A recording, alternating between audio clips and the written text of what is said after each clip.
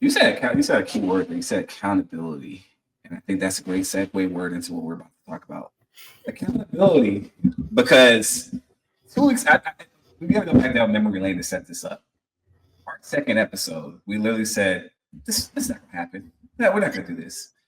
And then our Dolphins and our Steelers, we got on the phone and we decided, hey, Mike McDaniel, Greer, look, we're gonna move off of Minka Fitzpatrick and a fifth round pick, and you guys give us Jalen Ramsey. Not just give us Jalen Ramsey, we're gonna give him a $1.5 million pay raise and Juanu Smith, and we're gonna call it a day. So this was the big news that happened this past week in the NFL, where it's supposed to be quiet, right? This is right before training camp in a couple weeks. No news, and I'm thinking like, oh, my Steelers are going to be just trying to get the T.J. Watt situation together. But then we make this trade, and I'm like, I don't know how to feel about this. I really don't. I don't know. What I will say is this. I mean, there's a delusional mindset for me, which is why I'm delusional. David today's delusional Steelers fan. Of like, on paper, it's like, wow, we should go to the Super Bowl. We're gonna, stand away to 7. We're about to have a Lombardi. We got Aaron Rodgers. We got Julius Ramsey. We got Jalen Ramsey. I'll say Jalen Ramsey. Excuse me. I'm in basketball, not football. But we got JPJ. We got Patrick Queen. We got we got DK Metcalf. It all looks great on paper if it was 2019, 2020. We have officially become the retirement home of the NFL. Matter of fact, Kayla, I want to share something with you real quick, and I think you'll even appreciate. You'll even appreciate that. I'm going to share my screen real quick to you, because I think this is going to be the hype up video for us next year. Hold on, let me go to it. I want to set this up for you, because I feel like this is going to be the hype video for us next year as we roll out onto the field, because we've officially become, we went from being kind of the middle of the pack, oldest team, right, to being to being a kind of a rather young team, to being an old team in a matter of seconds. So I'm going to show you this real quick. Let's go ahead and get that put this on stage real quick. Sorry, yeah, we're not there yet. We're not talking about this. Move this. Yes. This is our pretty much our hype video. I wish I was out there. I'm tired. Why not?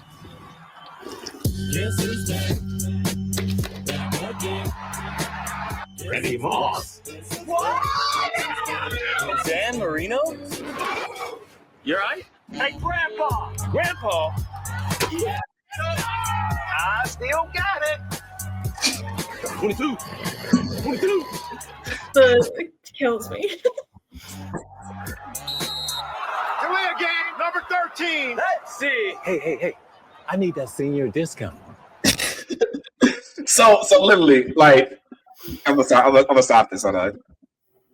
So literally, like, this is our team went from being a young team to being probably the third oldest team within this summer. We have Aaron Rodgers, who's on AARP right now. We have DK Metcalf, who's still 28, but I mean, what he's gonna do with it expiring, younger. I'm sorry, I'm negative Nancy Steeler fan. I'm also delusional, but I just don't like it for us. We can get into the Dolphins side. It's like, I just don't like it for us, because like now on paper, it's either AFC Championship game or bust. And let's be realistic, they're not better than the Bills still. They're not better than the Ravens still. They're still not better than KC. And dare I say, I mean, you're in a dogfight with Denver, and whoever else kind of takes that next step forward. And here's the sad part: it's like, I came on this year with the full intentions that the Steelers were just going to just say, hey, look, we're going to just add some pieces, make it look like we're doing something. But, like, we're going to prepare for 2027, 2026, excuse me, 2026, because the draft's in Pittsburgh. So I'm sitting here like, oh, that's going to be kind of what we're on this year. But now it's like, if this does not work out and we look like a 9-8 team, 10-7 team, and we get bounced in the first round, it's like, you got to put Mike T on the hot seat. It's really no excuse. And it's just that situation because of the type of team you have on paper. it looks like we're going for it. And depending on how these teams work, how the team gels, what the defense looks like, and then the big elephant in the room is the crazy part, Kayla. We sign everyone else, and we give Omar Khan, our general manager, a 3-year extension before we pay T.J. Watt, who is 6-1 when we're on the field when we have him. Without him, the Steelers are 1-11. We do that deal before we pay T.J. Watt his money. So I'm gonna, in closing, what I think it's gonna happen is, I think they're gonna tell T.J., hey, sorry, bud, you're gonna have to play on an expiring contract, and then we're gonna franchise tag you, and then if you leave in 2 years, cool, we'll just eat it and go, make it up in the draft, but you're gonna have to hang around. And I don't think that's gonna rub like half of the Steeler fan base against each other, because everybody loves TJ. But devil's advocate, he wants $41 million, and he wants it over 5 years, and he's going to be 36 by the time that contract's up. So it's not really a great contract later on, and it could put the Steelers in a hole in year 2 and 3 where they won't be able to make much moves, and it's not good. So I don't like it for my Steelers. I think it's like a very big gamble what they're doing. This could either be a great year where we can knock on the door of an AFC championship, or this could be one of those, we're going to be really bad in years to come because we made a lot of bad, un-Steeler-like moves. So that's what I think about this deal, and I close my case. Yeah, there's a lot of a lot to unpack. I feel like the TJ Watt thing can be it's a whole segment, its own episode. But this screams Los Angeles Rams when they went out and got Matthew Stafford, and then they did win that Super Bowl, but then they won like 5 games, and they've been mediocre ever since. They went out and did what they said they were going to with the move. They said they got Stafford to win a Super Bowl. Boom, done. And that's what it's feeling like in Pittsburgh.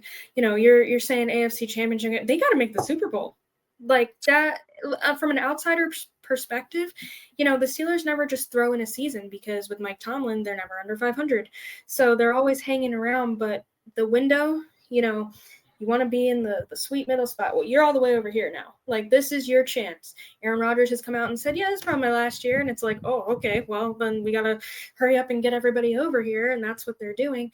So, they don't win it this year. They are going to be screwed for the following years. I think they are in general, but a lot of time to tell. But you brought up something interesting about, contracts and salaries and why, Jalen Ramsey's getting a raise, or, what are all the little nitty gritty details? And from a Dolphins perspective, both moves make sense, right? So the Dolphins had an issue with the contract with Jalen Ramsey. He was going to cost more than $17 million in dead cap for this year alone. And then the cap hit in the next 3 years will reach $30 million just for him. And he was due $19 million at week 1 this year.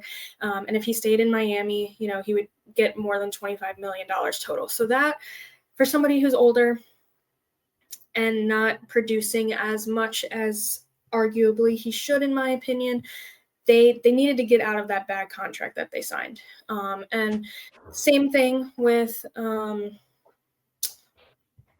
my gosh, Jonnu Smith. I didn't put the notes down, but he wanted around $12 million a year, and he had one good season last year. Like, he's jumped around to multiple teams, and he did set records for the Dolphins for tight ends. But when you're the biggest human on the field and you have injuries to running backs and receivers week in and week out, the Dolphins offense was not healthy. So if you're going to tower over somebody and you're going to barrel your way through somebody, you're going to gain these extra targets. And I'm not, downplaying the great yards that he had. I mean, he single-handedly helped us win, at least the Jets game in overtime, when he caught like almost every pass on the drive and the touchdown to win in overtime. Like, he was beneficial, but it's unrealistic to think that he's going to repeat that, especially with all the mouths to feed in Miami. And we needed to spend money elsewhere. Like, we cannot pay him $12 million to just be mediocre.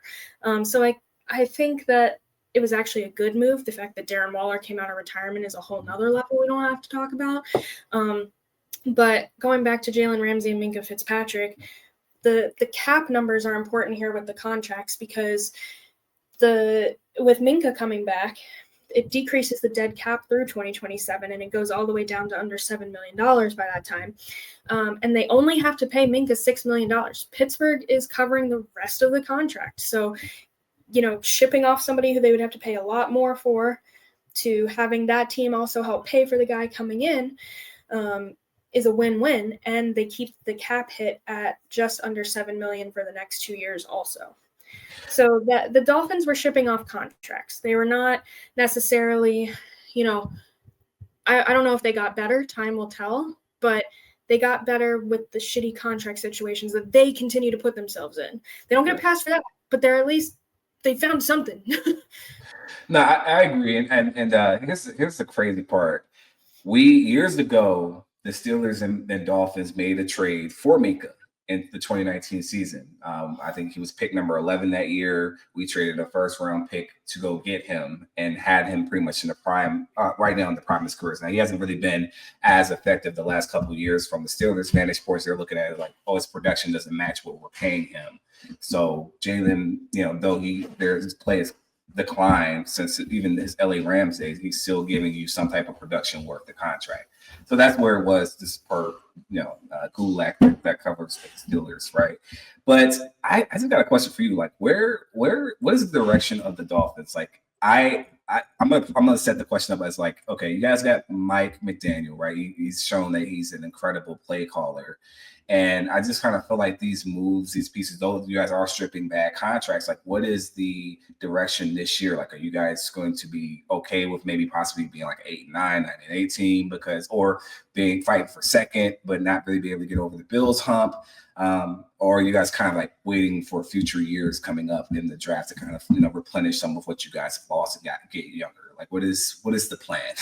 Because from afar, I don't know right now. I mean, I think obviously every team's plan is to win a Super Bowl. Yeah. But I think I'm hopeful that with them successfully getting a return for contracts that they know they put in a shitty place, they didn't win at the win now times of those contracts, right? Yeah. So it's a positive for Dolphins fans who I feel like have suffered through these bad contracts. I mean, I feel like my whole life since I've been following football. And, they did something they don't normally do. They made the situation better. Mm-hmm. However, their defense is going to be young. I think they have a lot of leadership. Obviously, corner is going to be a question, but it was funny. Everybody was laughing at the name Storm Duck, who got drafted last year. But he could very well be opposite or one of the corners week one, and I'm not too upset about that. There are some no names back there, him included, Kader Kohu. He's come on the last couple of years, but not where you go, oh, who are the lockdown corners in the league? Like, they're going to be at the bottom. They're going to be at the bottom of your list. And so I think, Tyreek Hill's getting older. We did pay Jalen Waddle. I mean, Darren Waller's old. Our line has a lot of question marks, and I feel like that has been what I've preached for the last decade. But I do think the offense is in a better position than it has been in a really long time. But there are key question marks on both sides of the ball that make you think that they can't compete. It's really they need to stay healthy on defense. If Jalen Phillips and Bradley Chubb can play a full season, that we beat Buffalo. We beat different teams that we lost narrowly to. And I know all the teams can say, hey, if you just stay healthy, like we're great. We're going to be great. But the injury bug has affected the Dolphins more than most teams in recent years. Oh my God. Yes. I remember watching the Hard Knocks when you guys were like calling people off the couch to come play defense for you guys. Literally. Yeah. I think I don't know if that really answered your question, but I think they have all the people in place to make a run. I do think Mike McDaniel gets fired if they don't win a playoff game. Yeah. So I don't want that to be the bar, but it needs to at least be a bar.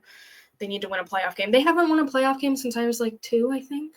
Oh, geez. And we as Steelers fans are complaining because it hasn't happened since 2016. I think in closing, both teams, right, are in a direction where if it doesn't go their way, there will be some type of coaching or off front office change coming, whether it's next year or the year after.